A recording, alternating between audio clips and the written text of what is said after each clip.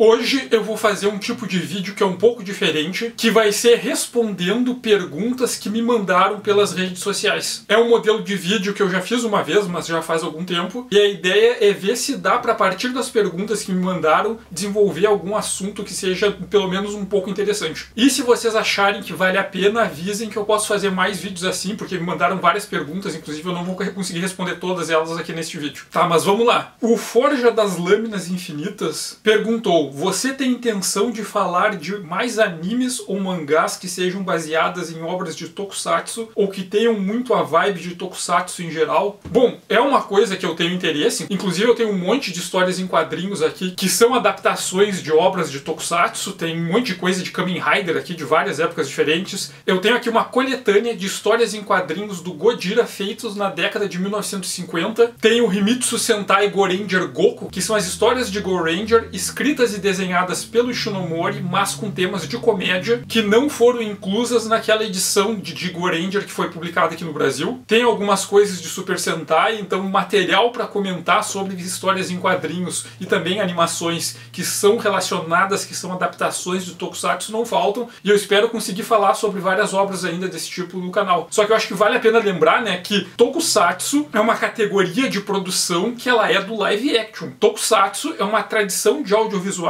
japonês que está relacionado com obras que são live action, ou pelo menos que tem parte live action combinadas com animação ou com outras técnicas, que partem daquelas técnicas que foram desenvolvidas pelo Tsuburaya Eiji. Mas não só as técnicas dele, né? Ele criou aquelas técnicas no período dele, lá nos anos 50, 60, enquanto ele atuava, e a partir delas, outros diretores, outros autores criaram novas técnicas para complementar ou para funcionar junto ali, mas todas elas descendem de alguma forma dessas técnicas que o Tsuburaya usava. Então é isso que é Tokusatsu. Então não existe, por exemplo, uma animação em Tokusatsu, porque uma animação usa técnicas de animação. E se ela está usando técnicas de animação, ela não vai usar as técnicas de efeitos especiais do live action que são do Tokusatsu. A mesma coisa com histórias em quadrinhos. Histórias em quadrinhos é uma cara escrevendo uma história e desenhando no papel. Não tem ali técnicas de efeitos especiais de live action. Então não existe histórias em quadrinhos e animações Tokusatsu. O que existem são personagens e histórias que aparecem em mídias audiovisuais usando ali aquelas técnicas do Tokusatsu, e esses mesmos personagens, essas mesmas histórias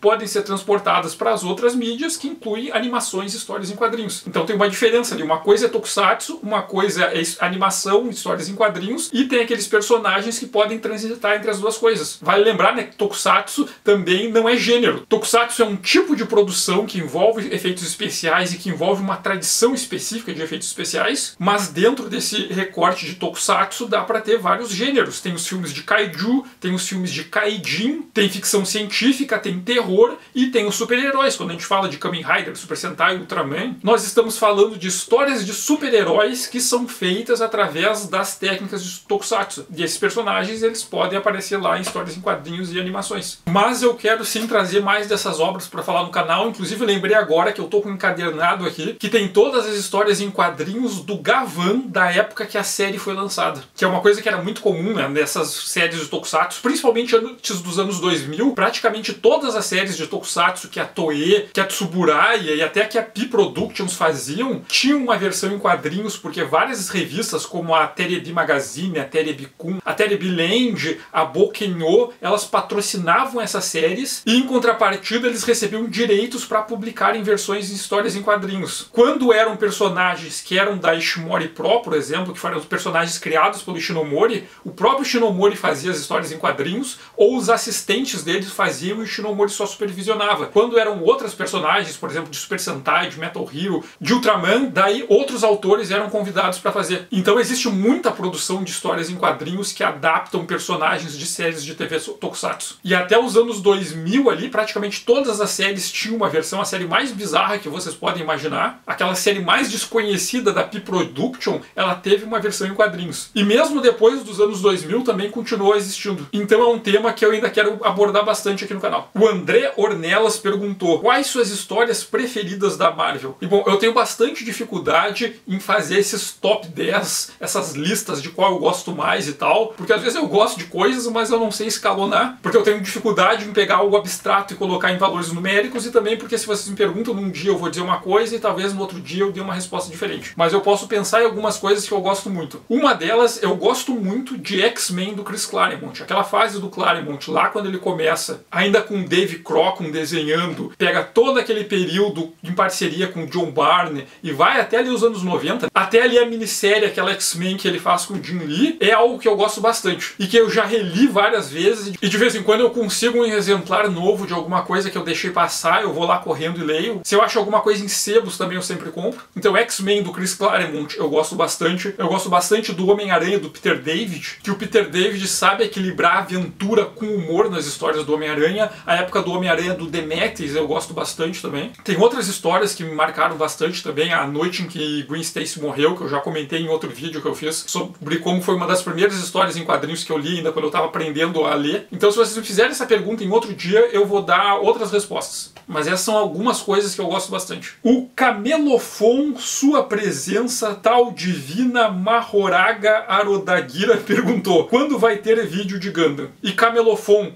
sinceramente respondendo, não sei. Uma hora vai acontecer, mas eu ainda não sei quanto. Cherry Blossom Reload perguntou: o que fez você começar a gostar de coisas japonesas e política, e o que inspirou você a criar um canal focado nos dias e te motiva a continuar com ele até hoje? Vamos às partes então. Eu acho que eu comecei a gostar de coisas japonesas com as séries de Tokusatsu na Manchete, porque eu era uma criança bem pequena quando começou a passar as séries de Tokusatsu na Manchete ali no final dos anos 80. Quando começou a passar o Jasper e o Changeman, depois veio o Flashman, depois veio todas aquelas outras séries que passaram aqui no Brasil. Era uma coisa que eu acompanhava então desde pequeno. Eu não sabia ler ainda, não sabia escrever, mas eu já acompanhava esse Tokusatsu. Então esse tipo de narrativa pra mim sempre foi natural. Daí teve a estreia de Cavaleiros do Zodíaco em 1994, que foi um boom enorme, foi um sucesso enorme da época e fez a própria Manchete e outros canais irem atrás de outras obras japonesas para tentar replicar aquele sucesso. Então acho que o meu contato com a cultura japonesa começou por causa das séries do Tokusatsu, vendo aqueles caras com as roupas coloridas de armaduras que saem faísca,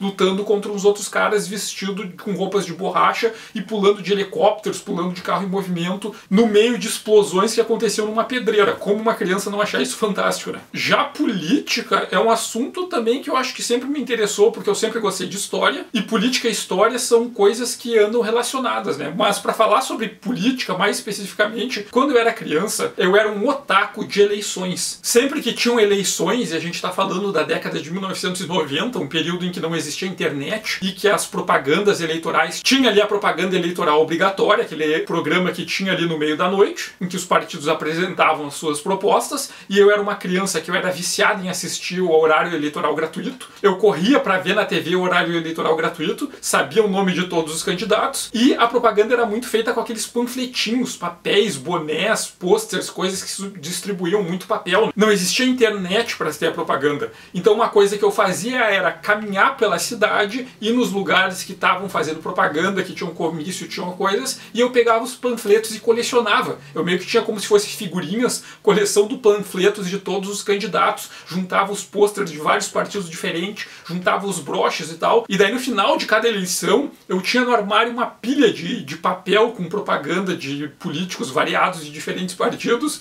e de tanto em tanto tempo minha mãe tinha que tocar aquilo fora para se livrar, para não ficar ocupando espaço. Então a relação com política eu acho que começou nesse período aí, quando eu era criança e colecionava os santinhos de candidatos. Sobre o que me inspirou a criar o canal, daí eu acho que são várias coisas, né? Porque assim, eu sempre gostei de falar de quadrinhos, eu queria falar sobre quadrinhos. Primeiro eu comecei fazendo blog, só que teve aquela coisa que blogs começaram a morrer, né? Porque as pessoas pararam de se dedicar a ler blogs para assistir sites com conteúdo de vídeo, e eu achei que valia a pena tentar migrar pro YouTube. Fazer vídeos com o objetivo de que o que eu falasse tivesse mais alcance. Eu já contei essa história em outros contextos, mas eu cheguei a procurar um amigo meu, que também é historiador da arte, ele estuda cinema, cheguei a convidar ele pra gente fazer um canal junto. Ele ficou meio em dúvida, porque ele achava que o pessoal que comentava sobre essas coisas no YouTube era tudo muito superficial. Essa coisa de dizer que algo é genial ou algo é lixo, ou então ficar reclamando de lacração e desse tipo de coisa assim. Na época eu acabei me desmotivando, mas depois eu vi outros canais que começaram a ter audiência, começaram a ser bem recebidos pelo público, e eu achei que valeria tentar, e eu tentei sozinho, assim. E daí quando me perguntam sobre inspirações, assim, tem 2 canais que me inspiraram bastante, apesar do que eu faço é bastante diferente desses canais. Um deles é o Entre Planos, do Max Valarezo, que ele faz crítica de cinema e ele pensa, né, ele faz uma crítica pensando a partir dos filmes. E o outro é o Game Historian, que é um canal de um historiador dos Estados Unidos, que é o Norman Caruso, que ele é historiador e ele fala sobre videogame, e ele faz mini documentários sobre temas relacionados ao videogame. Ele pega um jogo, ou ele pega um acessório, ou um evento, e faz uma retrospectiva histórica a partir disso. O Game Historian, ele parece mais mini documentários. No Entre Planos, o Max faz muito vídeos ensaios, que é algo que eu não faço, mas é o tipo de abordagem que eu queria fazer. Eu pensava, esses canais, eles pegam videogame, pegam cinema e desenvolvem temas de maneira rica a partir deles. E eu queria fazer algo parecido com quadrinhos, apesar do meu formato ser diferente, assim. Quando eu penso no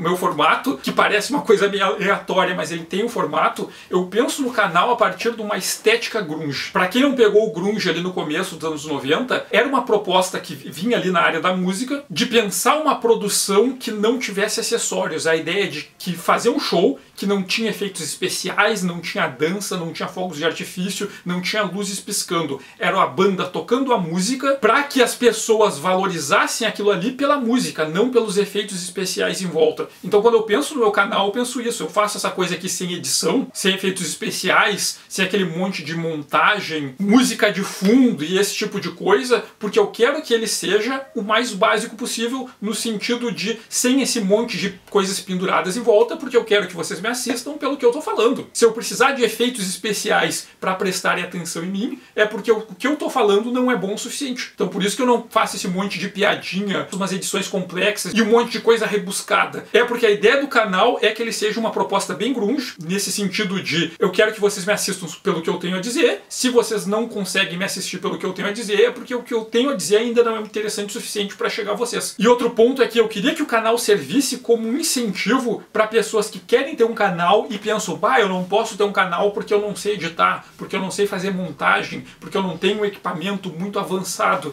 E não, qualquer um pode fazer um canal. Qualquer um não, né? Quem tem acesso ao equipamento mínimo, porque a gente sabe que nem todo mundo no Brasil tem acesso ao mínimo de equipamento necessário. Mas se o sujeito tiver uma câmera e tiver uma ideia, a partir daí vocês podem desenvolver um canal. Então eu pensava que se meu canal servisse como exemplo para uma pessoa olhar e olha só, o cara só tem uma ideia e uma câmera e ele conseguiu fazer um canal. Por isso que eu acho muito importante meu canal ser só eu sentado na frente de uma câmera. Não tem nenhum aparato de edição, não tem música de fundo, não tem nada muito complexo que a pessoa vá olhar e, bah, olha só que complexo, eu não vou conseguir fazer isso. Não, eu sou um cara sentado na frente da câmera. Qualquer um pode fazer um canal se ele tiver uma câmera e tiver um lugar para sentar e tiver uma ideia para falar na frente da câmera. Então, nas coisas que me motivam a falar sobre o canal é um pouco isso, e porque eu gosto muito de quadrinhos e eu quero falar com alguém, e um jeito de me comunicar e interagir com outras pessoas é através do canal. Alan Nicole perguntou, como você encara diferentes versões de uma mesma obra, tipo quadrinhos mangá, em que o autor faz diversas alterações em textos e artes? Tem algum sentimento de ter a versão verdadeira e definitiva, ou não liga para revisionismos do próprio autor? Bom, quando a gente fala de diferentes versões, primeiro falando na questão de adaptação, né? A gente tem uma obra original, que é uma história em quadrinhos, por exemplo, e vão fazer uma animação, vão fazer um filme. Eu não tenho nenhuma expectativa em que seja fiel, porque ser fiel nesse sentido é impossível. Primeiro porque são mídias diferentes. Tem técnicas que só dá pra fazer numa mídia que não dá pra fazer em outra mídia. Por exemplo, os quadrinhos, história em quadrinhos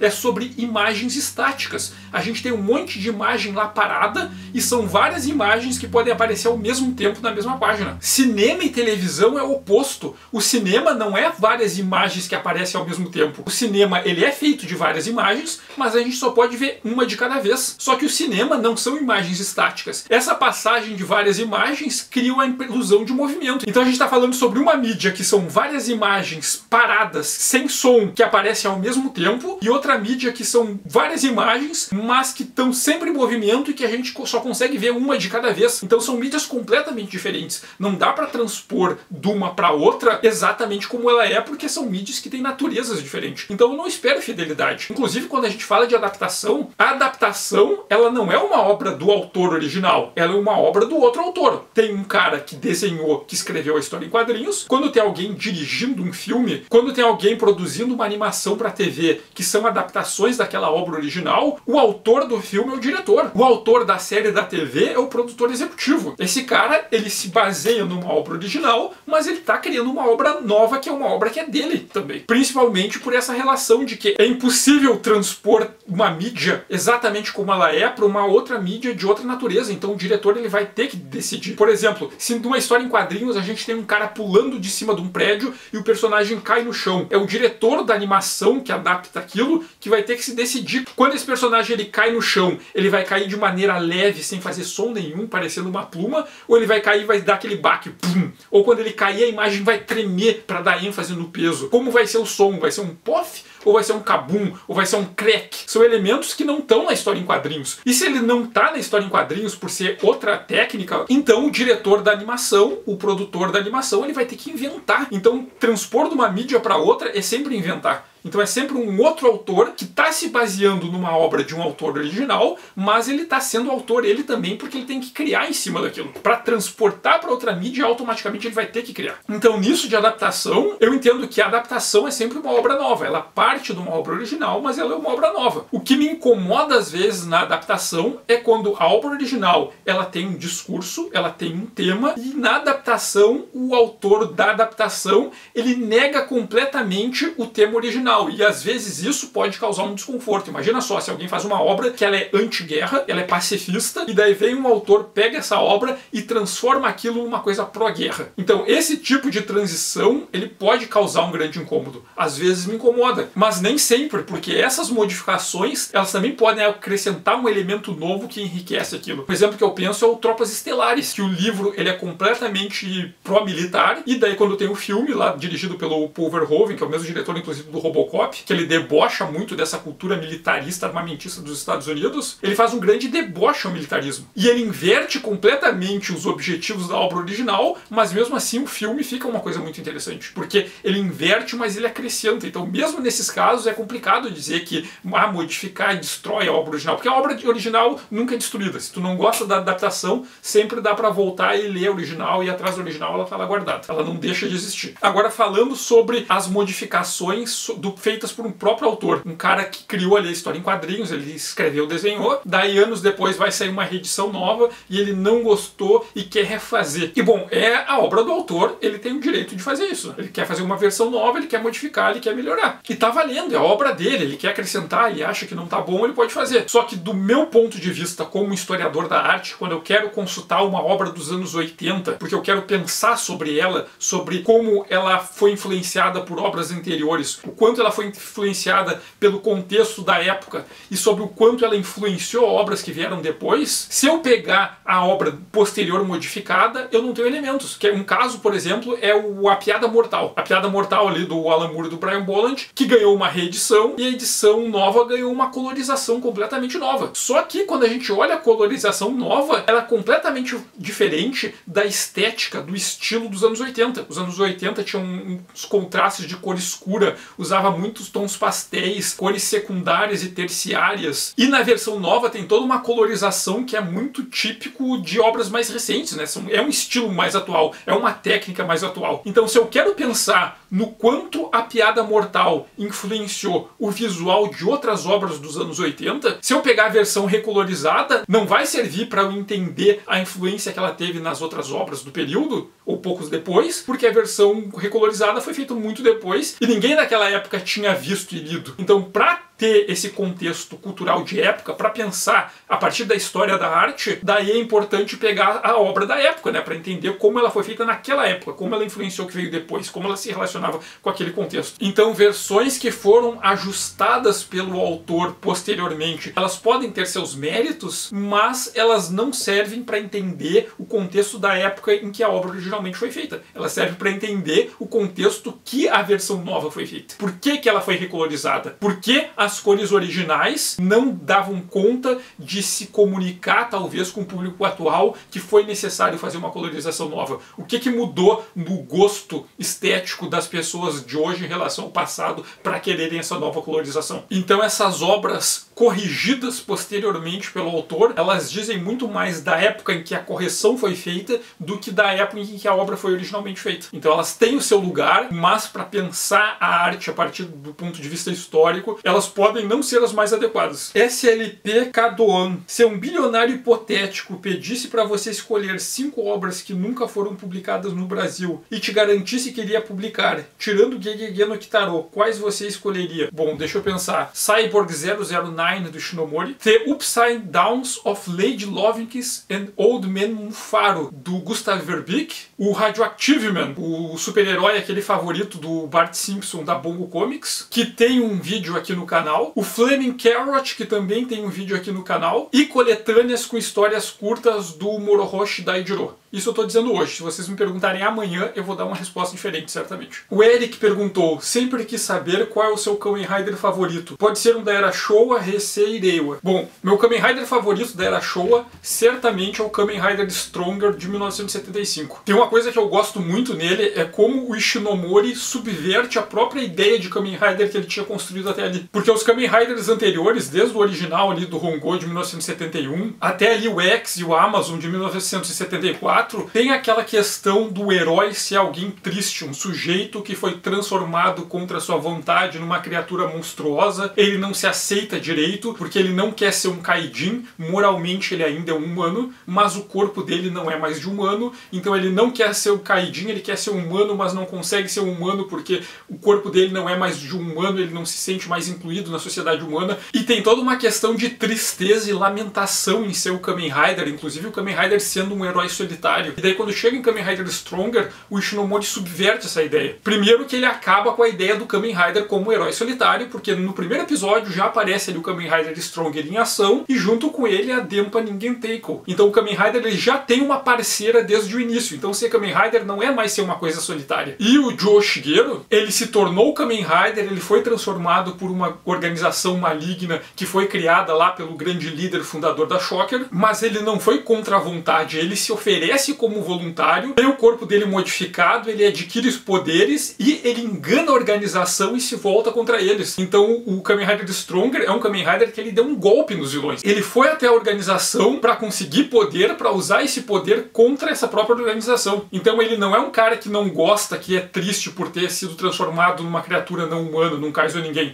Não, ele se aceita como Kaizo Ningen. Ele gosta daquilo, ele se diverte com aquilo e usando aquilo contra os inimigos dele. Então o primeiro Kamen Rider que se aceita como uma criatura não humana e já de começo ele entende que ele pode usar aquelas habilidades dele como não sendo humano para alguma coisa boa. E ele tá tranquilo com isso e se diverte batendo nos vilões. Então tem toda essa subversão. O próprio Shinomori pega a ideia do Kamen Rider, ele já tinha explorado aquilo por um longo tempo e pensou, não, vou fazer o contrário dessa vez. Então da Era Showa ele com certeza é o meu favorito. Já da Era Heisei é mais complicado. Eu gosto muito daquele período ali do Kamen Rider Kuga de 2000 até o Kamen Rider Decade ali de 2009, que esse período entre 2000 e 2009, aquela primeira metade ali dos Kamen Riders da Era Heisei, é o período em que Kamen Rider é mais experimental. As séries tinham voltado daquele ato pós-Era Showa, mas eles ainda não tinham se definido muito bem sobre como seriam as séries, e nessa primeira década tem muito experimentalismo, tem muita questão autoral. Os roteiristas ainda determinavam muito dos elementos da série, e já ali na segunda metade de 2009, com o Kamen Rider Double, começa a se criar umas convenções que vão ser seguidas pelas séries que vêm depois de 2009. E inclusive ali depois de 2009 tem muito mais ingerência da Bandai dentro da série, determinando ali como os produtos licenciados que eles vão vender devem aparecer dentro da série. Então a partir de Double se estabelece uma estrutura que vai ser seguida pelas outras séries até hoje, mas nesse período antes de 2009, entre Kuga e Decade, é onde as séries são mais experimentais e eu acho que tem mais coisas interessantes e originais. Então eu gosto muito desse período, mas não vou dizer qual é o meu favorito de todos, porque eu não sei escolher. E da Era Reiwa eu não decidi ainda. Quem sabe um dia, mas também não tenho expectativas em ter que decidir. Gabichu11 perguntou: planeja fazer mais vídeos como o episódio 50, onde falava mais de suas experiências pessoais com quadrinhos? E qual a função de um crítico? Eu não sei ainda se eu vou fazer mais vídeos sobre minhas experiências pessoais, talvez se houver interesse do público, se tem alguma coisa que eu acho relevante, se vocês me fizerem alguma pergunta sobre alguma questão das minhas relações pessoais com quadrinhos que eu acho que vale a pena conversar sobre, talvez eu faça. Não decidi sobre isso ainda, então não sei se eu sei responder essa questão, mas eu posso falar qual é a função do crítico e também posso falar qual não é a função do crítico. E uma das coisas que eu posso dizer sobre isso é que não é função do crítico necessariamente dizer se algo é bom ou é ruim. Por exemplo, se eu disser para vocês que tal obra é muito boa e tal outra obra é muito ruim, no que vai servir isso para vocês? Muitas vezes a gente vê esses comentários, o pessoal na internet comentando, pega uma coisa e diz, ah, tal coisa é genial, é maravilhosa, é linda, outra coisa é lixo, uma droga, uma porcaria. Tá, e o que eu faço com essas informações? O que eu faço com isso? Porque esse tipo de julgamento, ele é quase sempre inútil. E às vezes o público usa isso ou para se reafirmar, ah, o fulano disse que o que eu gosto é genial, então eu tô certo, eu sei e tal. Fulano disse que a outra obra é um lixo e o outro cara gosta dessa obra, e isso prova que o outro cara não sabe das coisas. A função do crítico não é determinar a experiência dos outros, não é dizer para vocês o que vocês devem gostar e o que vocês não devem gostar. Inclusive, nem vale a pena usar o gosto para definir. Às vezes me perguntam, ah, tal coisa vale a pena, tal obra pode ser ruim, eu posso não gostar, e mesmo assim pode valer a pena assistir, ler ou interagir com ela. Então, a função do crítico é criticar, e criticar é colocar em crise, é pegar aquela obra e criar uma crise, criar um problema em relação àquela obra. E criar um problema não necessariamente é dizer que aquela obra é ruim ou legitimar ela, mas é fazer a pessoa sair do lugar de conforto dela em relação àquela obra e se posicionar pelo um outro ponto de vista em que ela tem que repensar a relação dela com aquela obra. Então a função do crítico é pegar uma obra de arte, pegar uma produção cultural e pensar a partir dela, ajudar o leitor, o público que interage, a se relacionar com ela, apontar caminhos. Tem várias relações possíveis de se fazer, por exemplo. Uma delas pode ser uma crítica mais técnica. Se a gente pensar em cinema, por exemplo, imagina alguém que pega um filme e pensa sobre o filme a partir de questões de montagem, de edição, de fotografia, de iluminação. Mas também existem outras tradições de crítica, como por exemplo a crítica impressionista. A crítica impressionista é o crítico expondo para o público as impressões e efeitos que a obra de arte ou uma produção cultural causou nele próprio. Então, como o crítico se relacionou, como o crítico sentiu diante de tal obra, quais emoções que ele sentiu, quais as memórias dele que retornaram. Então, na crítica impressionista é a crítica a partir muito mais das percepções do próprio crítico como sujeito individual em relação com aquela obra, que não necessariamente são as mesmas impressões e relações que um outro sujeito vai ter com aquela obra, mas são relações possíveis e válidas que ele compartilha com o público para tentar enriquecer as formas de percepção daquela obra. Já o método que eu uso é um método muito mais de contexto. É a ideia de pensar a obra de arte, pensar a produção cultural a partir do contexto que ela foi feita e das relações com o contexto social e com o contexto histórico. Quando aquela obra foi feita, como ela foi feita, por quê, o que estava acontecendo ali em volta, quais as coisas que interferiram naquela produção, qual era o método que o autor usava, quais eram as teorias que o autor estava pensando quando fez aquilo, como aquela obra influenciou coisas que vieram depois. Então o método que eu uso é tentar usar a obra de arte para pensar coisas que estão fora da obra de arte.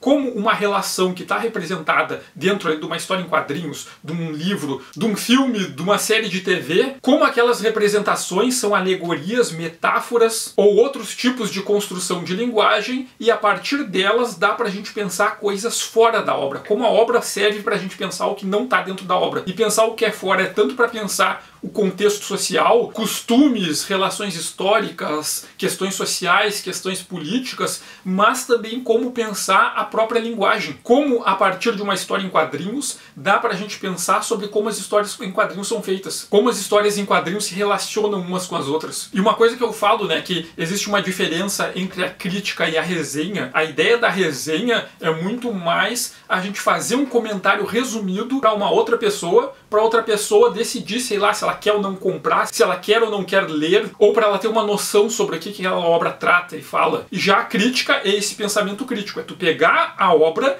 e a partir da obra pensar coisas que estão fora da obra, questionar a posição da obra e a função da obra. É possível existir uma resenha que seja crítica, mas é possível existir uma resenha que não é crítica, que é só um resumo da obra e não discute, não pensa as questões internas da obra, mas também é possível ter uma crítica que não é resenha, que pensa questões da obra, mas que não dá o resumo delas. Um exemplo possível de uma crítica que não é resenha é a gente pegar, por exemplo, uma página de uma história em quadrinhos, só aquela página fora de contexto, pensar em como as cores ali são usadas, quais são os significados a que remetem aquelas cores, e a partir da colorização dessa página, pensar a história de como as páginas de quadrinhos foram coloridas ao longo das épocas. Então dá para pensar um monte de coisa só numa página fora de contexto, pensar coisas sobre a mídia do quadrinhos como um todo, sem ter que fazer um resumo e discutir a história específica da qual aquela página pertence. Então é possível ter uma resenha que não é crítica, é possível ter uma crítica que não é resenha, e é possível ter uma resenha que é crítica ao mesmo tempo. Então são duas coisas independentes que podem aparecer juntos, mas elas não dependem uma da outra para existirem. Então a função do crítico é apontar possíveis caminhos de leitura sobre a obra. Pegar uma obra de arte e falar para um público que talvez não conheça todas as nuances e apontar, olha só, tu viu esse detalhe aqui? Tá vendo que isso aqui é uma continuidade de uma obra anterior? Tá vendo que esse ponto aqui é uma referência lá a outra obra? Aqui percebe que tem uma alegoria para discutir uma coisa que aconteceu na época que a obra foi feita? Então é apontar possíveis caminhos, possíveis leituras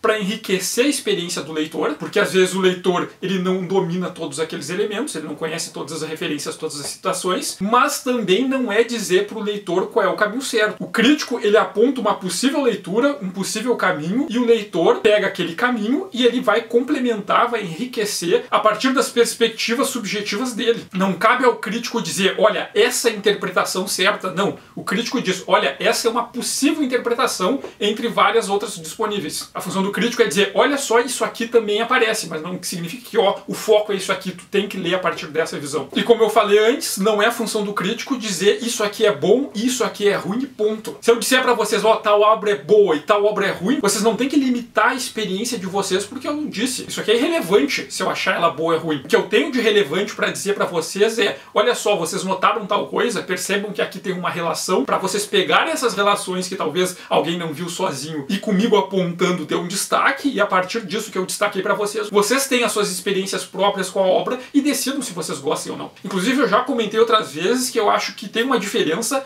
entre algo ser bom e eu gostar da coisa. Algo ser bom envolve muitas vezes méritos técnicos, pode envolver contexto, pode envolver as regras do período, as regras estéticas do movimento. Se a gente pegar, sei lá, uma pintura da época do Renascimento, tinha um monte de regras que os artistas renascentistas seguiam que estava associado ao estilo deles. Tinha proporção, simetria, regras de perspectiva, e quando eles faziam as obras daquele grupo que compartilhava aqueles ideais estéticos e aqueles valores, algo ser bom para eles é estar dentro daquelas regras. Então uma obra renascentista, para ser boa, tinha que estar dentro dessas regras de proporção, de naturalismo, de simetria. Mas se a gente pegar as regras da arte renascentista e usar elas para uma obra que é, por exemplo, expressionista, a gente vai concluir que todas as obras expressionistas são ruins. Mas não é que todas as obras são ruins, é porque as regras da arte expressionista eram outras. E se a gente pegar uma obra renascentista consagrada à Mona Lisa e for julgar ela pelas regras do expressionismo, a Mona Lisa vai ser ruim. Então a questão de ser bom ou ruim tem a ver com fatores técnicos que estão relacionados ao contexto. Já eu gostar e eu não gostar é outra coisa. Gostar ou não gostar está associado com questões pessoais minhas. Tem um teórico da estética chamado Theodor Lipps, que ele tinha uma teoria de que o gosto ele é sempre uma questão de egoísmo, é sempre uma questão de ego. O gostar de uma coisa é tu olhar para um objeto, ver num objeto coisas que são parecidas contigo, como esse objeto tem coisas parecidas contigo, tu se identifica com o objeto, e ao se identificar com o objeto, tu gosta dele, diz, bah, gostei dessa coisa. Só que se tu tá gostando de um objeto porque ele é parecido contigo, tu tá gostando de ti, tu tá se projetando no objeto para elogiar o objeto, e quando tu elogia esse objeto, tu tá se elogiando. Então o gostar é sempre um ego, é sempre uma arrogância, é sempre o sujeito num processo de elogiar a ele próprio. Tem outro teórico que era o Baudelaire, e o Baudelaire, quando ele falava em gosto, ele associava isso com beleza, e ele falava que tinha dois tipos de beleza. Um tipo de beleza é aquela beleza que a gente encontra na tradição da arte clássica, aquela beleza que algo é bonito porque é simétrico, porque é proporcional, porque é bem equilibrado, porque é bem disposto. É uma noção de beleza que está associada com questões de organização. E segundo Baudelaire, esse tipo de beleza, que está associado com essas proporções, com regras, com organização, que é a beleza presente lá na arte clássica, é uma noção de beleza e de gosto que é cultural. Nós somos ensinados a gostar dessa forma. Dentro da cultura ocidental, se é ensinado que formas que são naturalistas, que são simétricas, que são proporcionais, são belas. Nós somos ensinados a gostar disso desde pequeno. Então tem um gosto que é passado por questões culturais. A gente aprende tende a gostar daquilo. Tanto que tem algumas questões de beleza, por exemplo, proporções de corpos, que uma mesma cultura de um mesmo país, em épocas diferentes, vão definir que a proporção de corpo que é mais bonita é outra. Porque essa noção de beleza é cultural, mesma coisa que vale pra moda. Tem roupas que numa época se acha aquilo lindo, mas anos depois se olha para aquilo e acha ridículo. Cortes de cabelo, barba. Então a beleza tem uma questão que é cultural, que nos é ensinada, então nosso gosto ele pode ser cultural, eu gosto daquilo porque eu fui ensinado a gostar disso, mas o Baudelaire ele fala de um outro tipo de beleza, que é uma beleza que ela não é cultural ensinada, seria uma beleza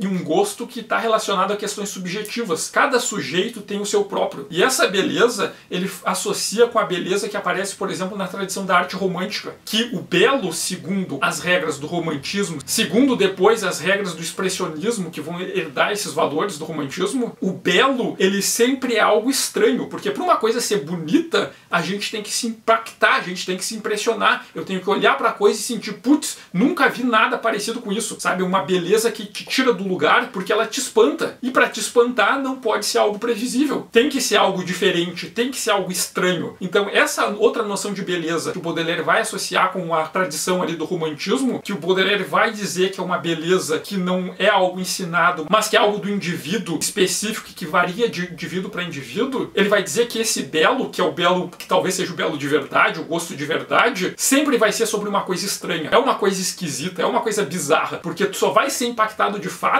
se for algo estranho, algo inesperado. Então ele vai diferenciar esse gosto pela beleza do proporcional, do simétrico, que é uma beleza que a gente acha bonito porque nós somos ensinados a achar bonito, nós somos condicionados a ver aquilo bonito, mas é uma beleza que é esperada, que já é padronizada. Tu olha para aquilo e sente que, eu tenho que achar aquilo bonito, porque todo mundo acha bonito, me ensinaram que é bonito, então, vou achar aquilo bonito. Mas é uma beleza que nunca vai te pegar de surpresa. Já a outra noção de beleza, que é uma beleza do esquisito, algo que tu olhar, mapa, que troço esquisito, mas ao mesmo tempo como isso é lindo. Isso é tão lindo que me deixa espantado, que eu não sei como reagir direito, isso me impressiona. E daí tu olha para aquela coisa estranha, esquisita, e acha aquilo estranho, esquisito, desproporcional, mais bonito do que aquela coisa que é simétrica, organizadinha, que te ensinaram a achar bonito. E essa discussão é uma discussão que não é sobre o que é bom ou sobre o que é ruim, é sobre gosto. O que eu gosto, o que eu não gosto, o que eu me identifico e o que eu não me identifico. Então tem duas coisas diferentes. Uma coisa é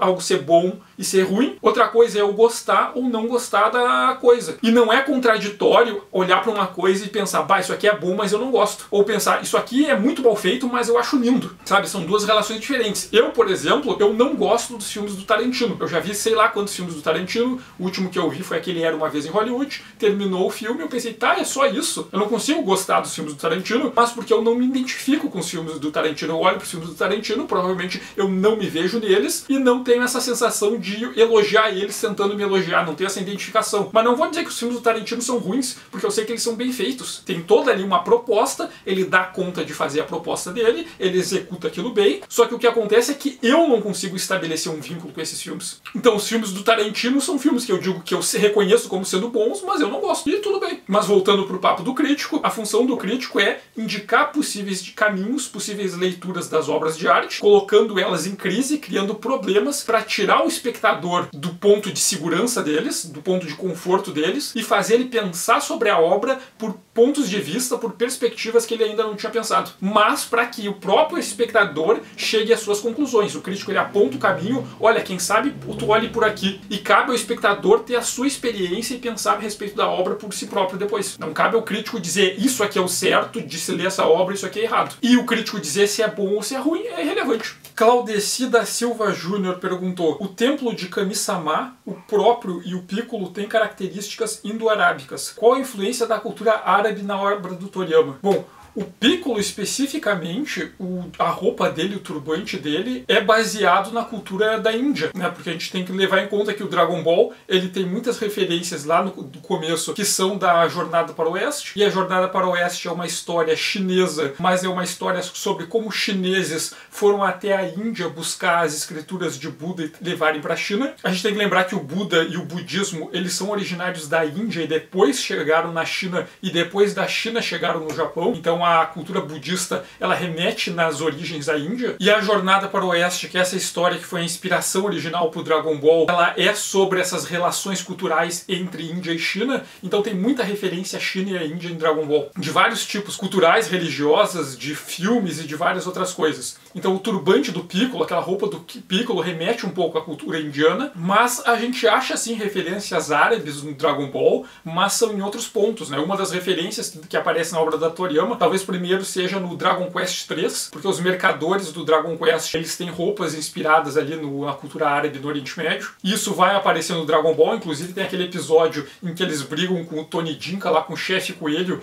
que eles vão lá no ambiente de deserto e tem lá referências à cultura árabe. Inclusive a Bulma coloca a roupa das mercadoras do Dragon Quest. Mas talvez a referência mais relevante à cultura árabe em Dragon Ball seja o Majin Buu, porque esse termo, né, Majin Buu. Majin é uma palavra que ele deriva de dois ideogramas. O Jin é associado com pessoa e o Ma, ele remete a elementos dos yokai e dos Oni. O mundo onde vivem os Oni, onde vivem os yokai, ele é um Makai, o mundo desse Ma. O próprio ideograma Ma, ele é composto de um espaço fechado onde tem árvores e embaixo lá tem um Oni escondido embaixo das árvores. Então esse Ma, ele remete a essas criaturas sobrenaturais, ele remete ao Makai, mas o Ma também é o radical da palavra Mahō, que é a palavra japonesa para magia. Então Majin poderia tanto ser uma pessoa que é um tanto sobrenatural, que está associado a essas criaturas sobrenaturais, aos Onis, aos yokais e outros monstros desse tipo, mas Majin também pode ser uma pessoa feita de magia, uma pessoa mágica. E Majin é o termo japonês para se referir aos Jins, aos gênios da cultura árabe. Sabe o gênio da lâmpada do Aladdin? Em japonês, esses gênios se chamam de Majin. São seres de magia, pessoas feitas de magia. E que lá dos mitos originais árabes muçulmanos também estão relacionados a uma ideia que pode ser aproximada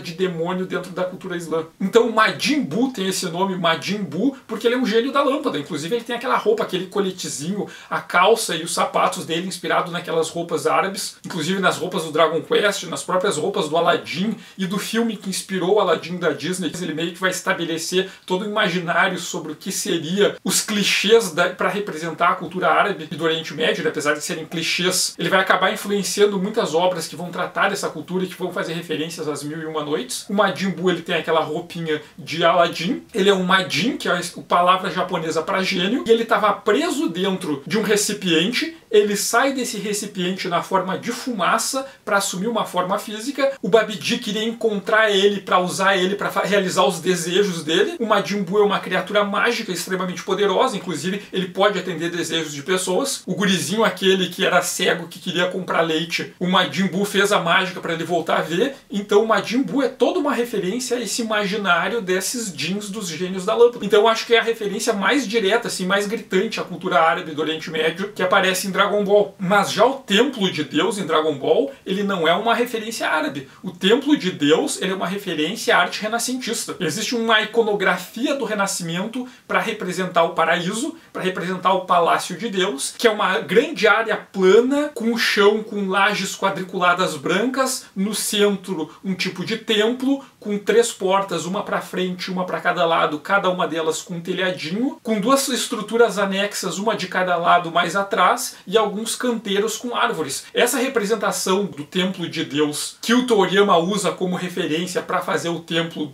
de Deus do Dragon Ball é uma referência à arte renascentista. Inclusive o Pietro Perugino, ele tem várias pinturas que ele representa o paraíso, representa o céu, dentro dessa iconografia que o Toriyama vai usar de referência para o Templo de Deus. Tem uma dessas pinturas que é a entrega das chaves a São Pedro. É Jesus lá com os apóstolos, todo mundo no céu, e o Jesus entregando as chaves do céu para São Pedro, que tem aquele mito, né, que Pedro é o guardião dos portões do céu. Então o momento que ele recebe a chave, dá para ver que eles estão no paraíso lá, é aquele piso de chão de ladrilhos quadriculados brancos, e no fundo tem uma estrutura, que é uma estrutura muito parecida com a estrutura do Templo de Deus em Dragon Ball. O Toriyama pega aquela iconografia e ele só faz alguns ajustes para colocar um pouquinho mais na estética daquelas construções de Dragon Ball. Mas os elementos principais do templo são esses elementos do templo, da entrega das chaves para Pedro, do Pedro Julieta Perugino. Genshiken Club perguntou: quais são os caminhos acadêmicos que tu enxerga na pesquisa de mangá e anime? Alguém que cursa letras, literatura, consegue migrar e entrar em projetos de iniciação científica que façam pesquisa sobre mangá e ou anime? Ou mesmo de outras coisas artísticas da cultura japonesa? Bom, sobre a pesquisa sobre mangás, animes, sobre histórias em quadrinhos em geral, é uma coisa que tem muito ainda a ser feita. As pesquisas acadêmicas em histórias em quadrinhos começaram mais ou menos pela década de 1960. No Brasil, só em 1970. E mesmo assim, em nichos muito específicos, em áreas muito específicas. No Brasil, a tradição de pesquisa de quadrinhos é na área da comunicação. Então, desde os anos 70, tem pessoas da comunicação que estudam quadrinhos. Tem bastante gente também da licenciatura, né, que pensa os quadrinhos como um instrumento didático, mas daí tem aquela questão, não é pensar os quadrinhos a partir da natureza dos quadrinhos, mas sim como as histórias em quadrinhos podem ser ferramenta para ensino de outras coisas. Então, são as histórias em quadrinhos vistas um pouco mais como um instrumento para realizar uma função do que da perspectiva da natureza dela, da existência dela por si própria, sem precisar se justificar para outra coisa. Mas desde então, nos últimos anos, tem cada vez mais áreas se dedicando às histórias em quadrinhos, né? Só que a gente tem um problema no Brasil, que a gente não tem uma área específica dos quadrinhos. Por exemplo, no Japão, a SECA, que é a Universidade de Arte de Kyoto, ela tem uma graduação em mangá. A pessoa entra para a faculdade para fazer o curso para se tornar autor de mangá. Inclusive tem autores famosos que dão aula lá. E a SECA, ela também tem pós-graduação, tem mestrado e doutorado em mangá. E no mestrado e no doutorado a pessoa estuda teoria. Então no Japão dá para tu entrar numa faculdade só para estudar mangá. Tu aprende a fazer mangá, depois tu pode fazer pós-graduação para estudar a teoria só do mangá. A mesma coisa para animação, só que no Brasil a gente já tem cursos de animação. Existem os cursos de cinema e de animação espalhados pelo Brasil. Não são tantos assim, mas são alguns. Mas não existe ainda no Brasil uma faculdade sobre história em quadrinhos. Então, para se estudar quadrinhos, tem que entrar em outras áreas e a partir dessas outras áreas se dedicar ao estudo de quadrinhos, que é uma coisa possível. Eu sou formado em História da Arte, eu estudo quadrinhos. Tem pessoas que são da área da literatura, estudam quadrinhos, do cinema, das artes visuais. Então, é possível estudar quadrinhos a partir de outras áreas, desde que a gente tenha em mente, claro, né, que histórias em quadrinhos não são literatura, não são artes visuais, histórias em quadrinhos são uma mídia própria, eles são histórias em quadrinhos, mas dá pra gente usar elementos, técnicas, metodologias de outras áreas, combinar elas para abordar os quadrinhos. Então é possível e tem muita coisa para ser feita, tem muitas áreas, muitas perspectivas que ainda não foram estudadas, que estão aí disponíveis para se fazer. Então é uma área ainda com bastante coisa para se explorar. E é possível sim de pessoas da literatura estudarem quadrinhos, de outras áreas, da artes visuais, da história e de outras áreas ainda. O problema é a aceitação acadêmica, porque nem todos os cursos, nem todos os professores são receptivos às histórias em quadrinhos como um objeto de estudo, porque tem gente que tem preconceito, histórias em quadrinhos é bobagem, é coisa para criança, sabe? Aquelas pessoas que nem conhecem a mídia direito, têm um imaginário e fazem pouco caso. Só que muito desse pouco caso também é por causa da falta de estudos, né? Se a gente pensar no cinema. Tem filmes extremamente elaborados e intelectuais, tem filmes que são leves, que são bobões, tem filmes para adultos, tem filmes para criança, mas quando alguém vai se dedicar a estudar o cinema, as pessoas não falam coisa em pouco caso. Ah, não, cinema é coisa para criança. Não, tem um respeito ali em relação à área do cinema. Mas por quê? Apesar do cinema ele ser mais ou menos da mesma época das histórias em quadrinhos, a crítica de cinema, a teoria de cinema, o estudo de cinema começou antes. Então eles conseguiram se estabilizar, mostrar que o cinema é um objeto de estudo sério, cheio de potencial. As histórias em quadrinhos ainda não conseguiram ganhar essa respeitabilidade por falta de produção acadêmica. Então, por ter menos produção teórica, é levado menos a sério. Se é levado menos a sério, não é tão aceito na academia. Se não é tão aceito na academia, tem menos produção teórica. E se tem menos produção teórica, é menos respeitado. Então é um ciclo vicioso que a gente precisa quebrar. Então tem lugares, tem instituições, tem professores que aceitam alunos estudando e fazendo pesquisas com quadrinhos, e tem outros que são mais conservadores nesse sentido de não aceitar os quadrinhos como uma obra de arte rica com potencial para estudo, e podem não aceitar ou não levar a sério alguém que quer estudar quadrinhos. Então vai depender muito de onde tu for estudar e com quem tu for estudar. Mas é possível sim estudar na academia histórias em quadrinhos, mangá, animação japonesa e outras coisas assim. Só que dependendo do lugar, tu vai ter mais facilidade para se inserir e outras vai ter mais resistência. Mas o único jeito de acabar com essa resistência é com mais pessoas estudando, se dedicando, forçando sua entrada na academia, para as pessoas olharem, pô, olha só, dá para estudar isso aqui. Tem um monte de coisas interessantes para se discutir a partir desses objetos. Mas é possível sim, apesar de, dependendo de onde tu tá, pode ser que seja difícil. Ren perguntou: você escreve algo autoral e ficcional ou tem vontade? Você conhece algo sobre história comunista no Japão e como é hoje? Bom, a primeira questão é sim, eu escrevo material ficcional autoral. Eu já publiquei vários contos em coletâneas, inclusive eu publiquei um romance em 2012 2012, só que atualmente ele tá fora de catálogo e o contrato com a editora já expirou. Mas eu já escrevi bastante ficção e obra autoral, inclusive tem coisas que eu já escrevi que eu ainda nunca publiquei, inclusive editora, se vocês tiverem interesse, me procurem. Mas meu ritmo de escrita de ficção diminuiu bastante quando eu entrei na pós-graduação. Quando eu comecei o mestrado foi quando eu diminuí a minha produção de escrita ficcional, assim. E hoje eu escrevo bem menos do que eu gostaria e é uma coisa que eu tenho vontade de voltar a fazer. Já sobre história comunista no Japão, o Japão tem uma tradição bem longa de comunismo e de anarquismo. O movimento comunista e anarquista japonês, eles começaram na Era Meiji ainda, logo que teve a abertura dos portos do Japão. Eles tiveram uma participação política bem forte ali na Era Meiji, no período Taisho. E quando teve ali a ascensão dos militares no governo japonês nas décadas de 30, de 1940, que levou, né, toda aquela loucura totalitarista japonesa e da Segunda Guerra Mundial, os comunistas e os anarquistas foram a principal oposição ao governo da época, inclusive muitos deles foram presos, foram executados e foram banidos do Japão na época. Depois do pós-guerra, quando teve a restauração ali da democracia japonesa, o Partido Comunista voltou, o Partido Socialista também, inclusive em 1948 teve um primeiro-ministro socialista japonês, que é algo que eu acho que eu falei um pouco sobre isso no vídeo lá sobre o Kamen Rider Black Sun, mas é um tema que em algum momento eu quero retomar em um vídeo. Mas existe o Partido Comunista japonês, às vezes tem aquelas narrativas que generalizam, todos os japoneses são conservadores, todos os japoneses são fascistas, totalitários, isso é bobagem. Tem pessoas da extrema-direita no Japão, tem pessoas realmente que são totalitárias, que defendem ideais próximos ao fascismo, mas a esquerda japonesa também está lá atuando. Teve ali um momento forte ali logo depois da final da Segunda Guerra Mundial, né, no pós-guerra dos anos 1947 e 1948. Depois, no final da década de 1960 e na década de 1970, teve um grande movimento estudantil, sindicalista e feminista no Japão forte. Então eles existem, apesar de não ser tão conhecidos. Mas, assim, livros de história geral do Japão, vocês vão achar, no mínimo, pelo menos algumas passagens a esses movimentos socialistas, comunistas, anarquistas japoneses ali na Era Meiji, Taisho, no pós-guerra, em 1948, depois nas décadas de 60 e 70. E para quem quer referência à história desses movimentos de esquerda japoneses, a obra que tem em português eu recomendo é As Memórias de um Anarquista Japonês, do Osugi Sakai. O Osugi fez parte desses movimentos de esquerda, do comunismo e anarquismo do Japão ali no começo do século XX. Ele foi um ativista político relevante lá e ele foi assassinado em 1923 pelo governo do Japão, quando teve o grande terremoto de Kanto, né, que foi o maior terremoto que já tinha acontecido até aquele período. Em Tóquio e as regiões ali em volta, o governo japonês aproveitou a confusão para mandar a polícia assassinar vários opositores. E o Osugi foi um dos caras que foi morto pela polícia durante essas confusões do terremoto. Então esse é um livro que é acessível em português, que dá uma noção da atuação desses movimentos comunistas, anarquistas e socialistas ali no Japão na década de 1920, 1910. Senhor Nerredo perguntou: arte pode ser pura? Como que a arte se contamina pelo mercado? Bom, eu não acredito nessas ideias de arte pura, de oposição à arte e mercado, né? Essa é uma narrativa que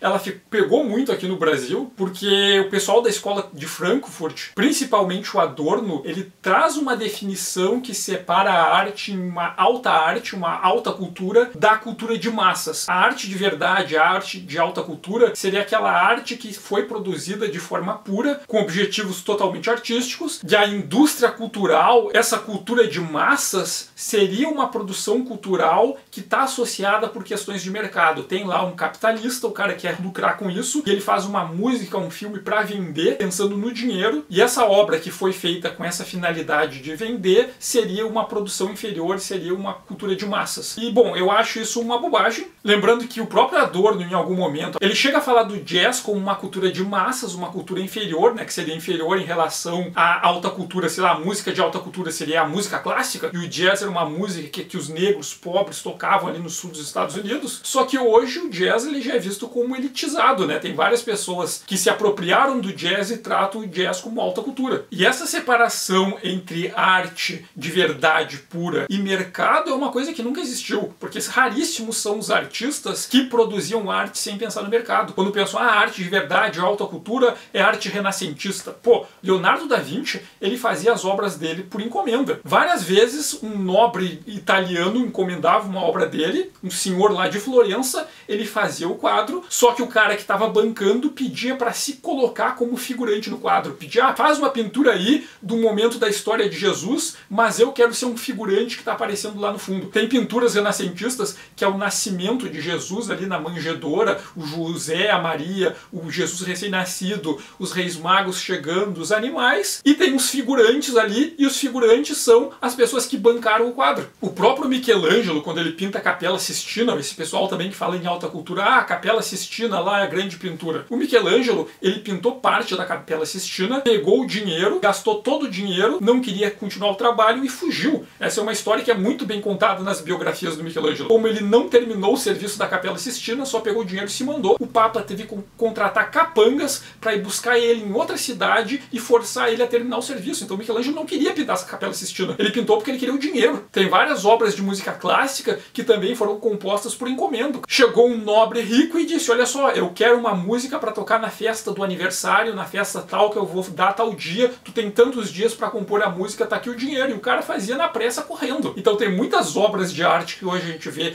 obras de alta cultura, artes puras, que não foram artes puras, os artistas fizeram por dinheiro. Porque se artista é uma profissão, se o sujeito não vai receber o dinheiro para fazer a arte dele, o cara vai morrer de fome. São pouquíssimos os artistas que se deram ao luxo de não produzir sua arte pensando no mercado. Um dos exemplos é o Van Gogh. Van Gogh não fez as artes dele para vender. Quer dizer, ele queria vender, mas ninguém queria comprar. As artes do Van Gogh encalharam e o Van Gogh morreu pobre. Foi só depois do Van Gogh ter morrido que o irmão dele organizou lá as pinturas, a família dele vendeu e depois disso que as obras ficaram famosas. O Van Gogh morreu miserável, porque na época que ele era vivo ninguém reconhecia as pinturas dele, não davam mérito para a obra dele, porque ele fazia algo diferente do que o mercado consumia na época. Então é muito raro existir essa arte pura que é totalmente não contaminada pelo mercado, e as poucas vezes que isso aconteceram, a pessoa que fez morreu na miséria. Tem gente que faz isso aí que nunca foi reconhecido, ou que foi reconhecido muitos anos depois, quando o mercado viu aquilo interessante e pensou, olha só, tem um pintor aqui que ninguém valoriza, a gente pode comprar as obras dele baratinho, fazer todo um marketing para ele ser reconhecido e revender por um preço muito mais caro. Então o artista se torna conhecido quando o mercado vê ali uma oportunidade. Então essa coisa de separar entre essa arte pura e uma produção inferior que é mercadológica, isso aí é bobagem. Isso se espalhou muito nos estudos no Brasil, justamente porque essa leitura do Adorno, que fala sobre a teoria da arte, e ele tem essa visão de separar uma cultura de elite de uma cultura de massas, essa teoria de arte da escola de Frankfurt, do Adorno, é muito estudada no Brasil, principalmente na área da comunicação. E eles estudam muito essa teoria do Adorno, mas às vezes tem pouco contato com outras teorias da arte, inclusive teorias da arte que criticam o modelo do Adorno e criticam o modelo da escola de Frankfurt. Só que como o pessoal estuda muito essa teoria, eles acabam reproduzindo isso sem ter visto os contrapontos, e meio que fica a ideia de que não, essa é a teoria da arte, essas são as definições de arte vigente. Quando na teoria da arte tem muita discussão sobre isso. Inclusive essa visão do Adorno é considerada ultrapassada na teoria da arte. Separar entre uma cultura de elite e uma cultura de massas. O Co06173613 perguntou, você tem alguma formação acadêmica em outra área que seja artística? Bom,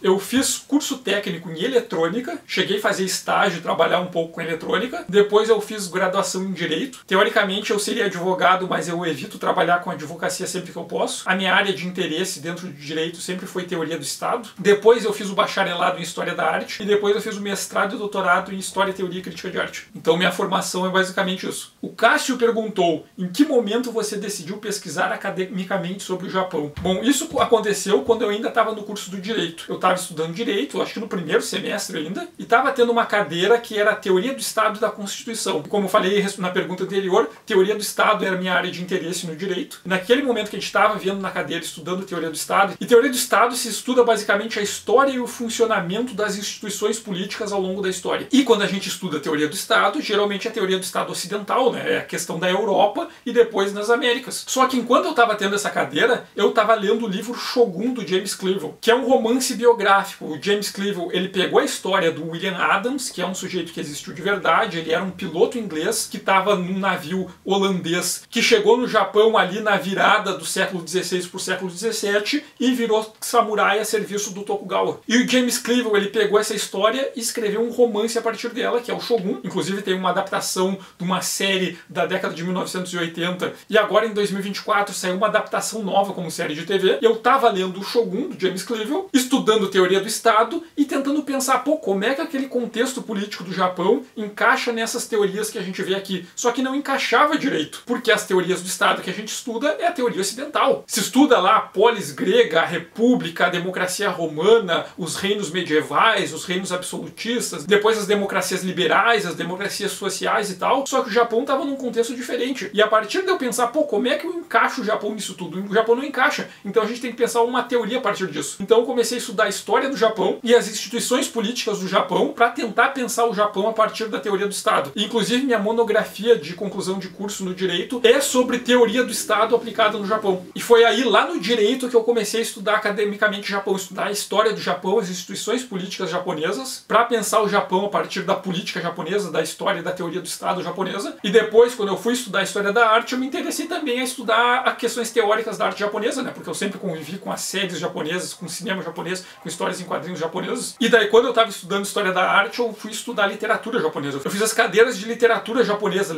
lá do que a gente pega o Kojiki, a literatura da era Heian, depois dos períodos ali dos samurais, até a literatura moderna e contemporânea. Bom, hoje eu vou encerrar por aqui. Ficaram várias outras perguntas interessantes que eu acabei não respondendo por questão de tempo, né? Esse vídeo já tá grande demais. Mas se vocês tiverem interesse em mandarem mais perguntas, eu posso fazer outros vídeos desse tipo. Agradeço muito quem assistiu até aqui. Peço que quem gostou aperte no gostei, quem não gostou aperte no gostei. Compartilhem com seus amigos, com seus inimigos, com as pessoas que vocês são indiferentes e com todo mundo mais. Agradeço muito aos apoiadores do canal, os apoiadores do canal que permitem o canal ficar funcionando. Quem ainda não conhece, eu convido para dar uma passada lá na página do Ilha Kaiju no Apoia-se. Convido também para seguir Ilha Kaiju em outras redes sociais. Quem quiser comentar, sinta-se à vontade para comentar. E obrigado e até o próximo vídeo.